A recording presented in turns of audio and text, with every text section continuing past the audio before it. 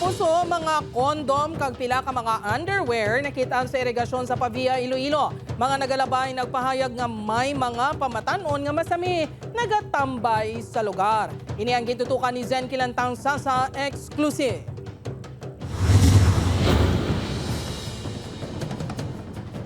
Naglinapta sa irigasyon nga sakop sang barangay Tigom, Pavia, Iloilo ang mga wrappers sang kondom, mga plastic sang pagkaon, sududlan sang ilimnon kag mga underwear. Ginpahayag sa mga residente nga masami nagalabay sa lugar nga may mga pamatanon nga nagatambay diri sa tion sang kasisidmon.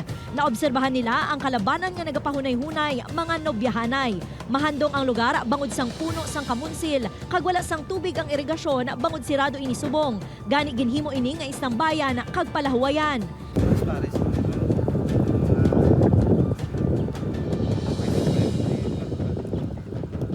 Oras na ga?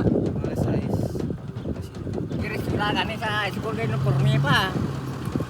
Kayo pormi pa sanda may checkpoint kada pulis para mapawing taragi. Mga kapuso, ini ang sitwasyon diri sa idalom sang irigasyon. Makita naton nga may daan sang putos sang kondom kag may pila ka mga underwear no sang panglalaki kag pangbabayi nga ari diri kag sa diri nga area medyo malapad-lapad. Kag sa dito naman nga area, may nakita pa kita sang bag-o nga putos sang kondom nga ginapatihan.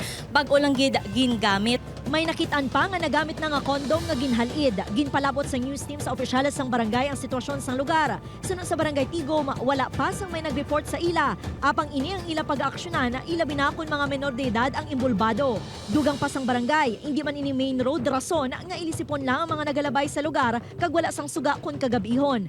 Ikuha na namon, i-aksyon na namon sa barangay nga kung pwede, i-disseminate namon sa tanan nga council, kagada gabi parubingan sa tanod, para at least ma-monitor namon kung may ara mang gapon na nagastambay kung gabi. Upod kay Cirilo Randuque, Zen Kilantang Sasa, One Western Visayas.